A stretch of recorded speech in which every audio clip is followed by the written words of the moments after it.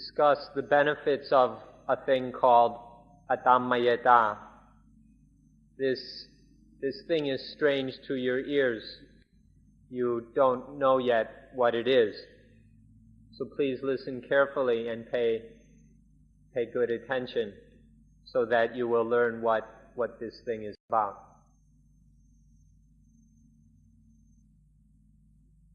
When we know this thing, laughter and crying won't be able to affect us.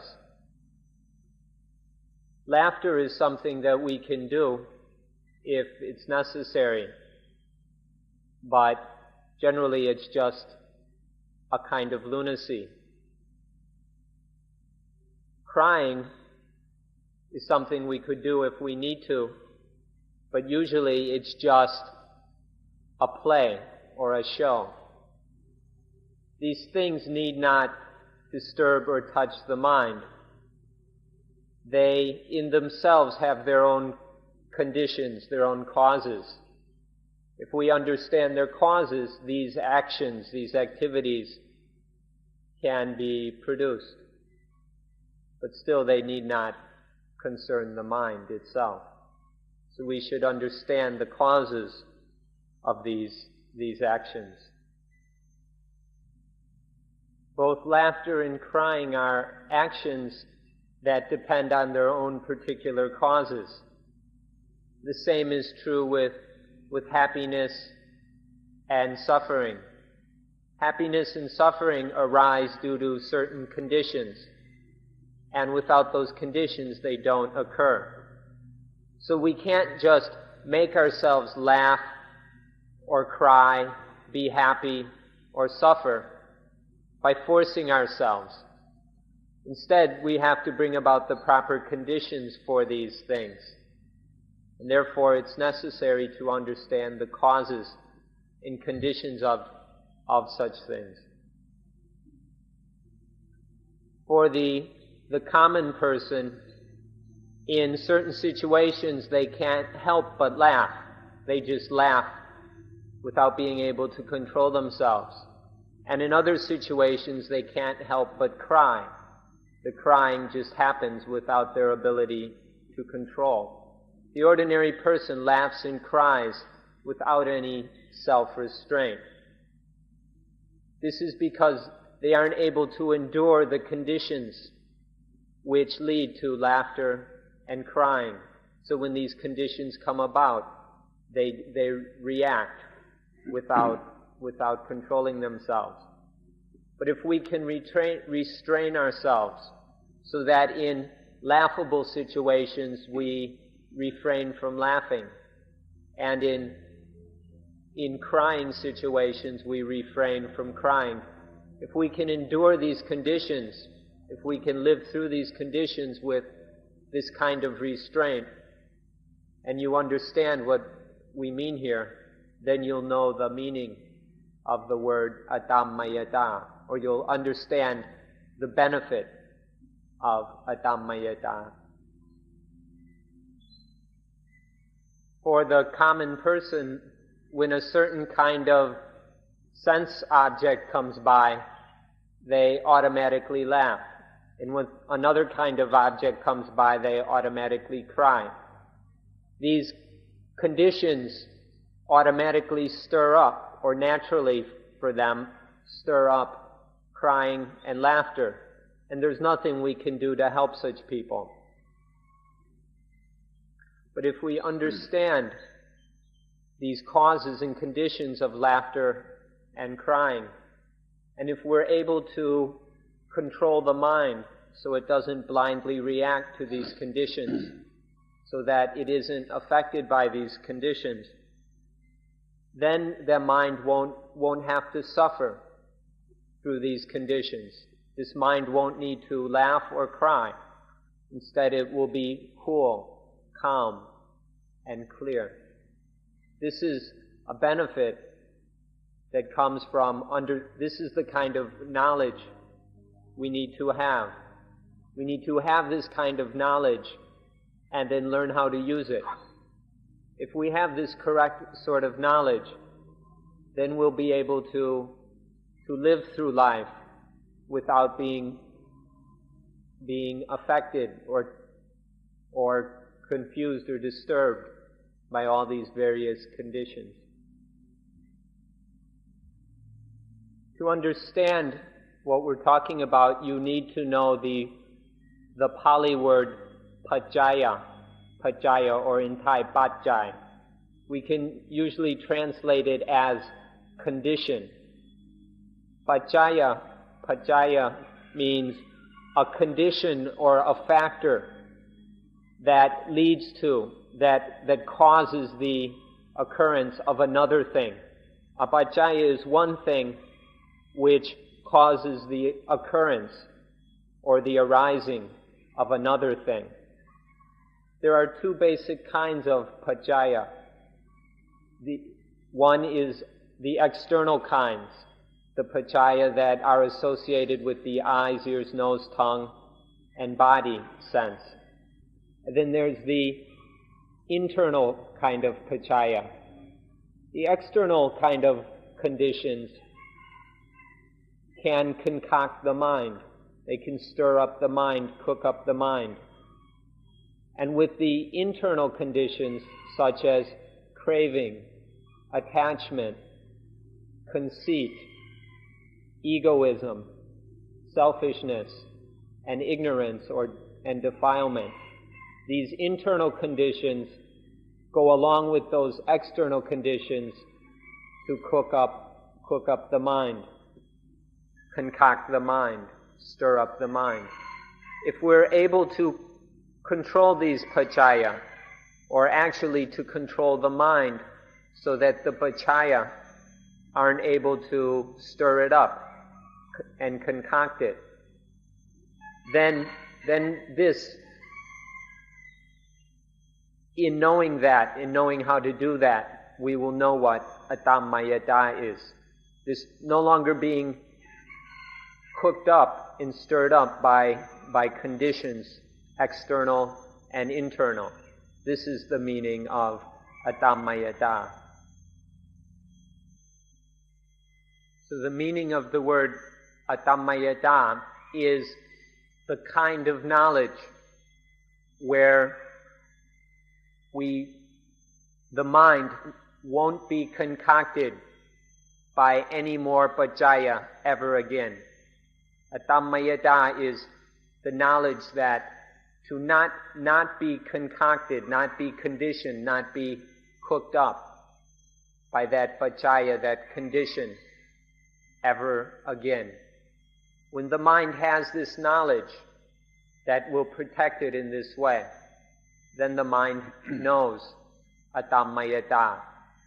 Think about this, what kind of benefits there are in this knowledge of Atammayata.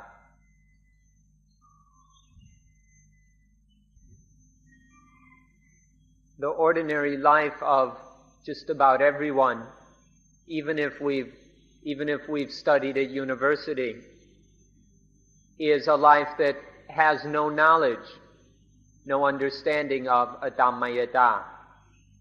And so these ordinary common lives that don't know about Atammayata are always ready, are always able to be stirred up, to be concocted by any condition that comes by. This is the result of not understanding Atammayata.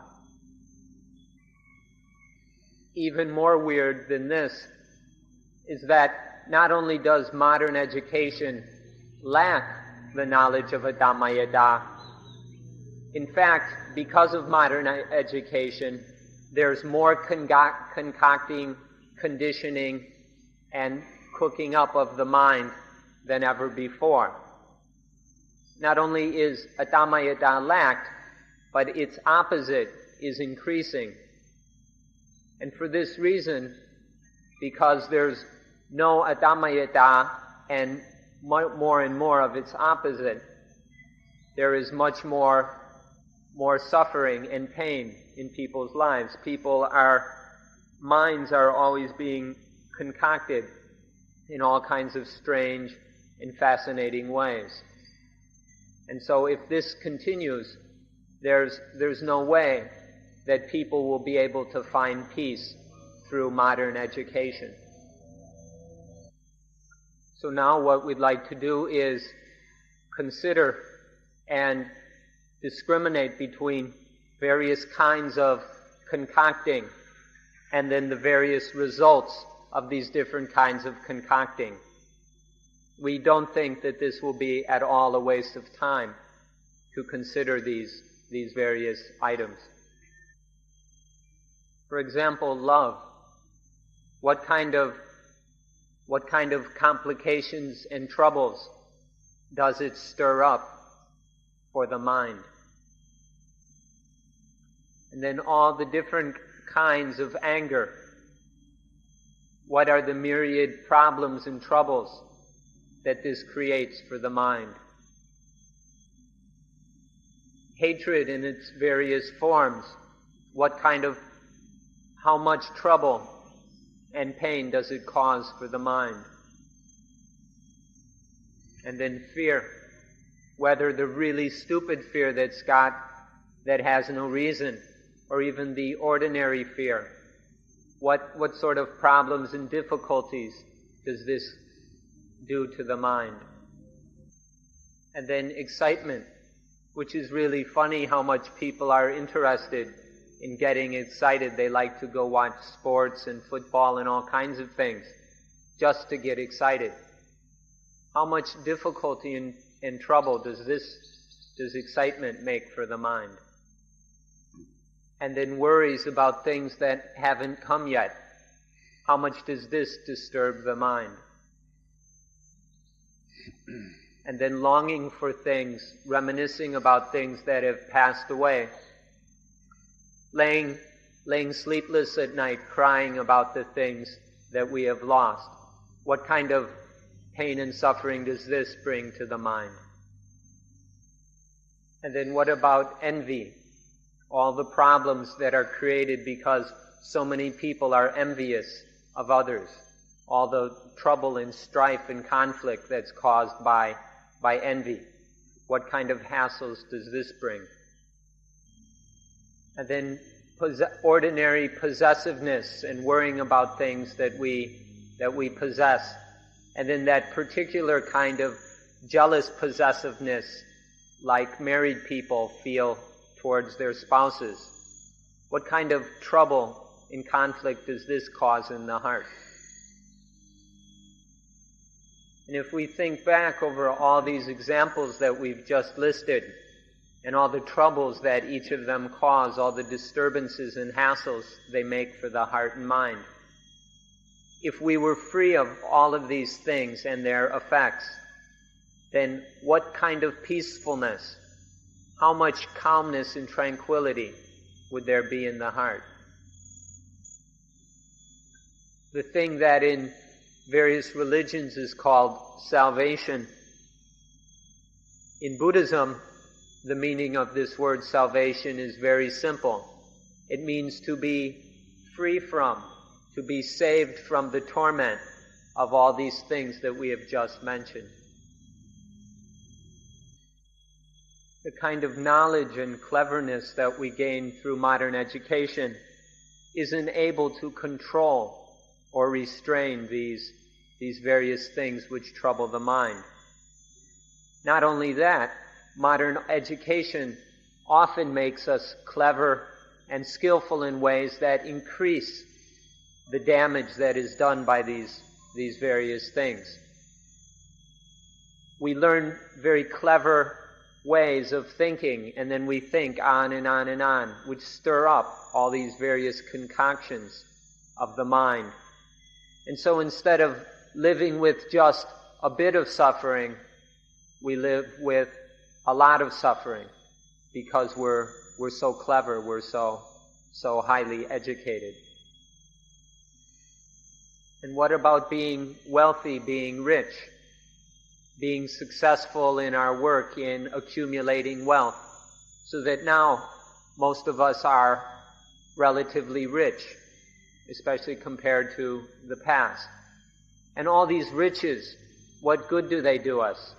Do they help us to control all these harmful concoctions? Do they help us to get free of suffering?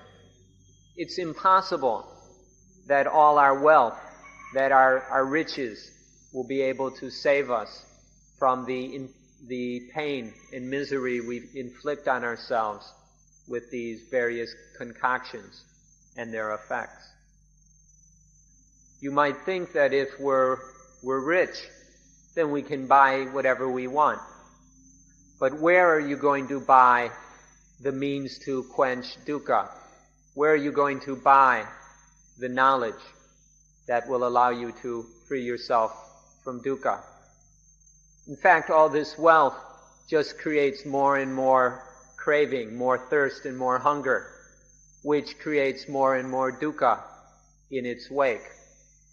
And all this wealth doesn't give us the means to free ourselves from that suffering. It just creates and increases it. So to pin our hopes on wealth and on riches is a very foolish proposition. And then what about this thing called civilization, which for the world nowadays means merely material progress, material development. This so-called civilization, which is only concerned with increasing material pacaya, where can you find that it really helps to eliminate suffering? All this material progress, where can you find it actually ending suffering? If you actually look at it honestly, which should be very easy for all of you since you come from Europe and America and the so-called civilized countries, it should be very easy for you to see if it's actually eliminating or quenching any suffering, or if in fact it's merely causing more and more problems, more and more misery, more and more pain within our hearts and minds. This emphasis, this blind attachment to material progress, and at the same time ignoring the mind and the heart. Take a good look at it and see if you can actually find it doing anything besides causing more problems, more trouble for our minds. Back in the days when there wasn't all this civilization and progress, people used to kill each other quite a bit. Nowadays that we've got civilization, people are killing themselves quite a bit. You ought to think about this one. Back when there wasn't much civilization, there weren't many problems. There were problems, but people could find a way out, could find a way of dealing with the problems. But now that we're civilized, we've got so many problems, so many difficulties, and so much suffering that we can't find the way to cope with it all. And so, when we can't cope with it, the escape we choose is to kill ourselves. Just to be rich and have a lot of material possessions doesn't help us solve the problem. It just causes more hunger, more thirst, and increases our misery. And so we just kill ourselves. That's the only way that people find to deal with the situation. This is the gift of all this civilization and progress. The gift of this civilization is suicide. These people who commit suicide are spiritually crazy. They're spiritual lunatics. They kill themselves because they've got too much love, too much hate, too much lust, too much anger, too much fear, too much excitement, too much envy, too much jealousy, too much worry. They've got way too much of all these things. And so they're spiritually crazy. And they're so crazy that they get their satisfaction out of killing themselves. This cleverness and the smarts that we honor so much nowadays, This is something that ends up getting crazier and crazier. This cleverness that's so important to people nowadays, this cleverness that they teach us in the schools and universities, is the kind that ends up crazy. It doesn't really have an outlet. It doesn't really lead anywhere. And then once it reaches its dead end or gets backed into a corner, then it just goes crazy, and the result is often suicide. Or even if the so-called intelligence of modern man, it's really the same thing, and just ends up being a bunch of lunacy, because it's unable to help us with the important things. This may sound strange to you, that intelligence can be wrong. This is something that people haven't even thought of, which is quite a sad thing. People haven't realized that there can both be correct intelligence and wrong intelligence. There can be wise intelligence and crazy, insane intelligence. We can use all this knowledge and learning and intellectual ability that is developed both in a useful, productive way, or we can use it in harmful, selfish ways. So you see very intelligent people who use their knowledge and intelligence to commit all kinds of crimes, to oppress other people, and do all kinds of disgusting things. Or intelligence can also be used to realize enlightenment, to become a perfected human being. Intelligence can go either way, correctly or ignorantly. So we should learn what kind of intelligence is correct and be particularly interested in that kind, and forget about all this intelligence which just makes us crazy, which just increases and multiplies all the various bhajaya, the various conditions which bring us suffering. Even the thing called religion is something that can go either way. Not very long ago, there were stories in the newspapers about a group, the Temple Church or something, where because of their beliefs and various conditions, they went and killed each other. Hundreds of them drank cyanide Kool-Aid and committed suicide. This is what happens with so-called intelligence.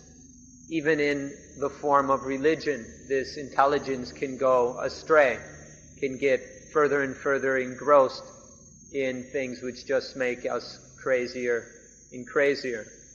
So even with the thing called religion, we need to be very careful to make sure it's a kind of intelligence that is of real benefit. Atammayata can help us to help us to avoid this kind of intelligence which just makes us crazy. Let's go back to talk about civilization again.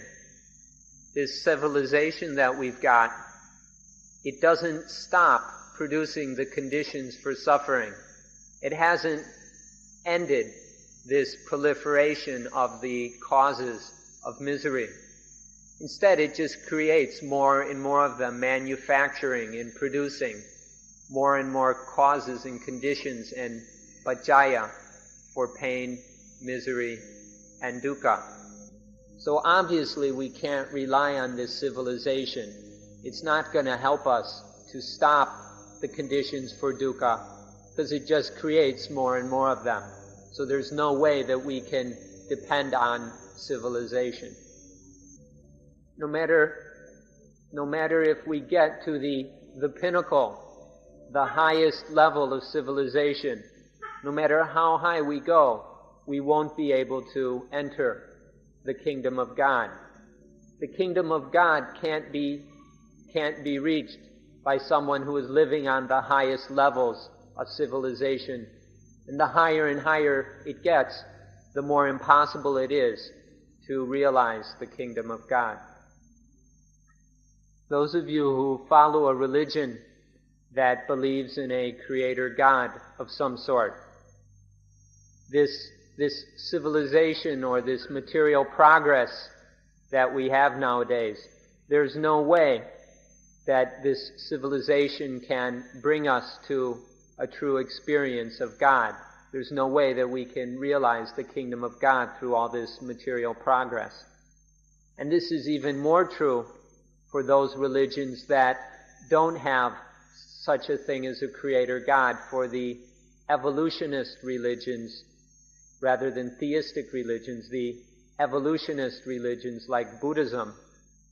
These, it's even more clear that this civilization, this material progress, won't help us to realize the supreme reward in life, the supreme goal. Instead, all this material progress just takes us further and further away from the purpose and meanings of our lives. So, when it comes to religious matters or spiritual matters, this civilization is just about worthless. In fact, it gets in our way more than anything else. You ought to know that the highest kind of person in Buddhism, the highest level of a person can reach in Buddhism, is that of the Arahant, the worthy one, or the perfected human being.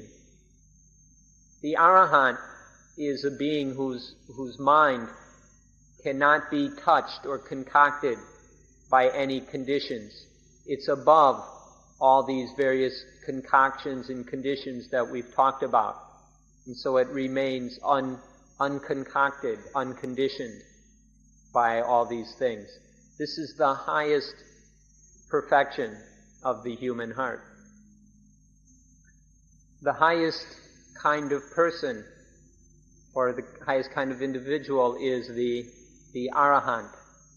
And the highest Dhamma, the highest level of nature, is Nibbana. Nibbana is the condition or state of the mind, or which the mind knows or realizes when nothing is concocting or conditioning the mind. When nothing is cooking up and stirring up, concocting the mind, that mind is cool.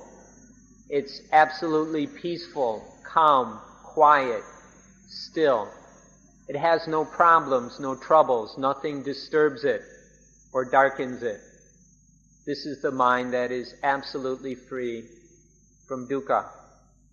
This state where there is no concocting of the mind, no conditioning of the mind, this is the highest thing, the thing that we call Nibbana. The ordinary common fixter, the ordinary human being, is one whose mind is constantly being cooked up and stirred up by various causes and conditions. The ordinary fixter's mind is full of all this concocting. A slightly, and then a somewhat better level of humanity are those where the attachment to things is significantly lessened. And so there's only a little of this concocting remaining, where the mind is only somewhat stirred up by causes and conditions. And then the highest level of humanity, or perfected humanity, is that of Arahant, where nothing is stirring up the mind, nothing concocts the mind. The mind is completely above all these causes and conditions which create so much havoc in the mind of the ordinary fixter, who we see running around all over the place. As for these common fixters, the woman in the street, the man in the road, most of them, their minds are just about full of craziness. You You can take a look for yourselves and see to what extent their lives are just full of craziness, running here, running there, constantly running back and forth, their minds being stimulated by all kinds of things, always running, never able to stop and relax and take a true rest. They only rest when they're too exhausted to keep running. These are the ordinary fixtures whose minds are constantly being stimulated by all kinds of strange and wonderful conditions which we proliferate in this world. And so their minds are always cooking up all these kinds of different things. And so they get lost in all these conditions and concoctions of their minds. When this is the situation, if you look, you wonder how much humanity is really there. The word human being in Pali is manutsaya, which literally means lofty-minded or high-minded. To have a mind, a heart that's above all these troubles, problems, and conditions. And if we see these people running around trapped within these conditions, then you have to wonder how much humanity is really there in these ordinary, stimulated lives. But then, if we can understand this point and begin to get free of all this concocting of the mind, then it's possible to go up a level, or up a few levels, or many levels, and become more and more human, to increase our humanness by more and more having a mind that is free of all these conditions, which keeps the ordinary person constantly running. Now let's look at how this is all related to the practice of anapanasati. If you are successful in your practice of the first stage of anapanasati, that is the first 4 steps which are concerned with the body, where you study the breathing, the kinds of breathing, their effects on the body, and then learn to calm that breathing and calm the body thereby. In being successful at this, then we will develop quite a bit of mental power and a very high efficiency in our ability to raise the mind above all these, over the power of all these conditions, to concoct it.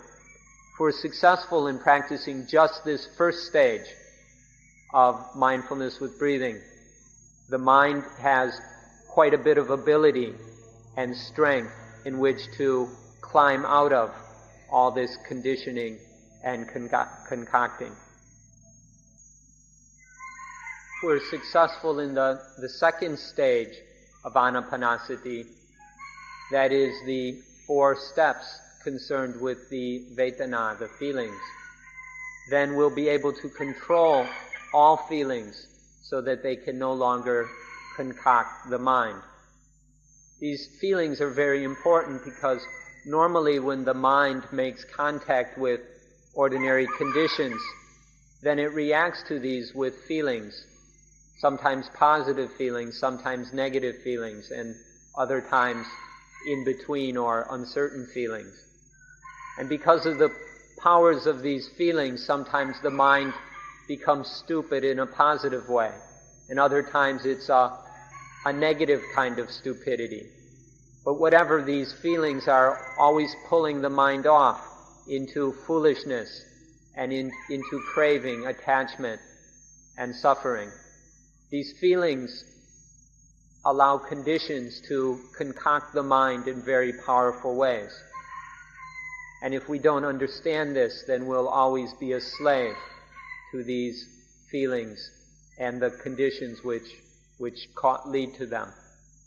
So this points to the importance of understanding the feelings and getting them under control, which is what we'll be able to do if we're successful in practicing the second stage of anapanasati. If we consider this in the most detailed way, on the most profound, the deepest, the most subtle level, then we will see that every problem that exists in this human world has the Vedana, the feelings, as their cause. All the problems that we human beings experience have Vedana at their root. This is because human beings have no ability to control these feelings, and so allow them to concoct the mind in all kinds of different ways, leading to all kinds of greed, anger, delusion, all kinds of selfishness and suffering. If we understand this point, if we look very carefully, then we'll see the imperative to understand the Vedana and be able to control them so they can no longer concoct the mind. If all of humanity were able to do so, if all human beings could control the Vedana, then all our problems would cease. Remember that when we use this word feelings, we don't mean the emotions. We're talking about the much more subtle mental activity that in Pali is known as Vedana. And these feelings, we ask that you remember, we beg, we plead that you remember this one sentence about the Vedana. If you can control the Vedana, you can control the whole universe. If you can control the Vedana, these feelings, you can control the entire universe. It's a short sentence. You ought to be able to remember it. Then one more sentence, but first let us assure you that we're not trying to tease you about your own religion or make fun of your God or whatever. But if we can control the Vedana, then we will be out from under the control of God. If we can control the Vedana, then we will be free of the control of God. We're not trying to make fun of anything, but this is a fact which you ought to know. Let's stress it. We're not trying to insult or make fun of or belittle or any God or any religion that believes in a God or any person who has such beliefs. We're not making fun of anything, but this is a truth, a fact that we feel it's our duty to inform you. We're not making fun of anyone's beliefs. We're just trying to state the facts. Now we're all slaves to these feelings, these Vedana. We do all kinds of things in order to get the Vedana we like, that we want, and we do a whole bunch of other things trying to get rid of and avoid the Vedana that we don't like, that are unpleasant for us. Because the Vedana have the power to make us do so many different things, the fact that so much that our life is just a bunch of running after certain Vedana and running away from other Vedana, this shows very clearly that our lives are just slavery to these Vedana. The meaning of slavery here is that these feelings are able to concoct the mind. They have this power to concoct the mind, and we're unable to control it. This is the importance of raising the mind above the power of these feelings to concoct it anymore.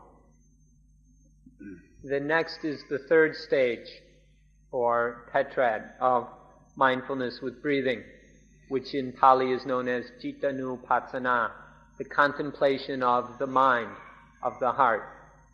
In practicing this stage of anapanasati, the mind is able to, we're able to have the mind completely under control, so that the mind is no longer concocted in any way.